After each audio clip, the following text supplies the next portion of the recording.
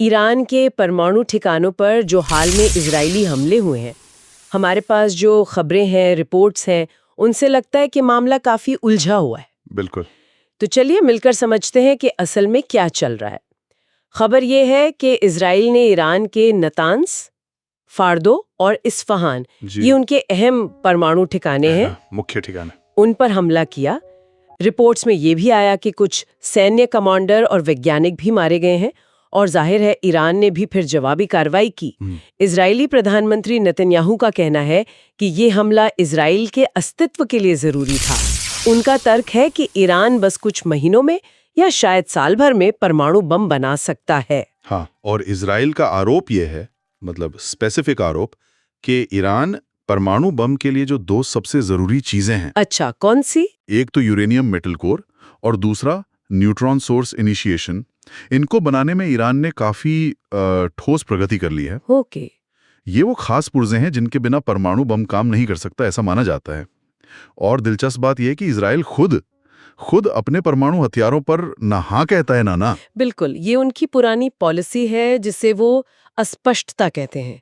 लेकिन ईरान का क्या कहना है इस सब पर? हाँ, ईरान का पक्ष क्या है? उनके विदेश मंत्री ने तो इसे शांतिपूर्ण परमाणु ठिकानों पर एक तरह का अंधाधुंध हमला बताया है और नतांज पर हमले से रेडिएशन फैलने के खतरे की चेतावनी भी दी। ईरान तो मतलब हमेशा से यही कहता आया है कि उनका प्रोग्राम शांतिपूर्ण है। यहीं पर मामला थोड़ा पेचीदा हो जाता है। देखिए, अंतर्राष्ट्रीय परमाणु ऊर्जा एजेंसी यानी IAEA, हाँ, जो निगरानी करती है, बिल्कुल, जो नतांज और बाकी ठिकानों पर नजर रखती है, उसने हाल ही में बताया कि ईरान ने 60% शुद्धता तक यूरेनियम जमा कर लिया है। ये काफी हाई लेवल है। 60%? ये बम बनाने के कितने करीब है? देखिए, बम के लिए आमतौर पर 90% या उससे ज्यादा शुद्धता चाहिए होती है, लेकिन IAEA का कहना है कि अगर ईरान इस 60% वाले मटेरियल को और संवर्धित करके 90% तक ले जाता है तो उससे करीब 9 बम बन सकते हैं। 9 बम? हाँ, और IAEA ने यह भी साफ कहा कि उन्हें अब इस बात का भरोसा नहीं रहा कि ईरान का कार्यक्रम सिर्फ शांतिपूर्ण है, बल्कि 20 साल में पहली बार एजेंसी ने औपचारिक रूप से कहा कि ईरान अपनी परमाणु अप्रसार जिम्मेदारियों का उल्लंघन कर रहा है। ओहो, ये तो बहुत गंभीर बात है। अगर IAEA ऐसा कह रही है, मतलब उनके पास बम बनाने लायक मटेरियल इकट्ठा हो रहा है या हो सकता है। हाँ, क्षमता बढ़ रही है तेजी से। लेकिन क्या सभी इस आकलन से सहमत है? जैसे अमेरिकी खुफिया एजेंसियां, क्या वो भी यही मानती हैं कि ईरान बस बम बनाने ही वाला है? नहीं, यहाँ थोड़ा कह सकते हैं मतभेद है। अमेरिकी खुफिया रिपोर्ट्स और कुछ एक्सपर्ट्स वो मानते हैं कि नेतन्याहू ने जो एकदम फौरी खतरे की बात की है, उसके उतने पक्के सबूत नहीं दिए हैं। जैसे आर्म्स कंट्रोल एसोसिएशन की केल्सी डेवनपोर्ट हैं, वो कहती हैं कि ये अंदाजा कोई नया नहीं है कि ईरान कुछ महीनों में बम बनाने की क्षमता हासिल कर सकता है। क्षमता हासिल करना और असल में बनाना, ये अलग बातें हैं। बिल्कुल, क्षमता होना एक बात है और वाकई हथियार बनाने का फैसला करना और उस पर काम करना वो दूसरी बात है। अमेरिका के खुफिया प्रमुख ने भी कुछ समय पहले कहा था कि हाँ, ईरान का यूरेनियम भंडार अभूतपूर्व स्तर पर है, लेकिन शायद वो अभी सक्रिय रूप से हथियार नहीं बना रहे हैं। क्यों?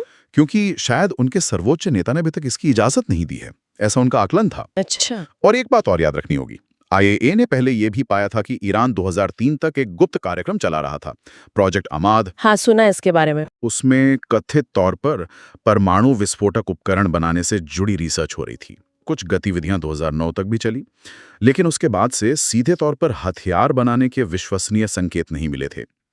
फिर 2015 में वो परमाणु समझौता हुआ था, JCPOA। हाँ, जिससे अमेरिका 2018 में हट गया और फिर से प्रतिबंध लगा दिए। उसके बाद ईरान ने फिर से अपना काम तेज किया। समझ गई। तो ये जो ताज़ा हमले हुए हैं, इनका जमीन पर असर क्या हुआ है? क्या ईरान का कार्यक्रम सचमुच काफी पीछे चला गया है? देखिए, इजरायली सेना का दावा तो ये है कि नतांज में जो अंडरग्राउंड सेंट्रीफ्यूज हॉल है, ये बहुत महत्वपूर्ण जगह है जहां यूरेनियम को संवर्धित किया जाता है, उसे और दूसरे अहम इंफ्रास्ट्रक्चर को नुकसान पहुंचा है। IAEA ने भी इसकी पुष्टि की है कि नतांज में जो जमीन के ऊपर वाला प्लांट था, PFEP, और उसका बिजली सप्लाई सिस्टम वो नष्ट हो गया है। इस्फहान में भी यूरेनियम उत्पादन से जुड़ी सुविधाओं और लैब को नुकसान की खबरें हैं। तो नुकसान तो हुआ है। हाँ, नुकसान हुआ है। डेवनपोर्ट जैसे एक्सपर्ट्स का मानना है कि इससे ईरान का ब्रेकआउट टाइम, मतलब वो वक्त जो उसे बम बनाने लायक मटेरियल तैयार करने में लगेगा, वो कुछ बढ़ सकता है। कितना बढ़ सकता है? कुछ अंदाजा है? अभी ये कहना मुश्किल है, पूरा असर साफ नहीं है। और एक महत्वपूर्ण बात यह है कि जब तक ईरान का वो फार्दो वाला प्लांट जो पहाड़ के अंदर काफी मजबूती से बना है, हाँ, वो सुरक्षित है। हाँ, जब तक वो चालू है, ईरान के पास परमाणु प्रसार का जोखिम उठाने की क्षमता बनी रहेगी। वो तेजी से यूरेनियम संवर्धित कर सकता है अगर चाहे तो मतलब तस्वीर अभी भी पूरी तरह साफ नहीं है और तनाव तो जाहिर है काफी ज्यादा है। एक तरफ इजराइल कह रहा है कि हमला जरूरी था परमाणु हथियार रोकने के लिए, बिल्कुल। दूसरी तरफ ईरान इसे अपने शांतिपूर्ण कार्यक्रम पर हमला बता रहा है और अंतर्राष्ट्रीय एजेंसियां और एक्सपर्ट्स वो सबूतों और ईरान की असल मंशा को लेकर सवाल उठा रहे हैं, या कह सकते हैं कि पूरी तरह पक्के नहीं हैं। बिल्कुल सही। और ये हमें एक बहुत ही बुनियादी सवाल पे लाके खड़ा करता है। वो सवाल ये है कि क्या इस तरह के सैन्य हमलों से वाकई किसी देश को परमाणु हथियार बनाने से रोका जा सकता है?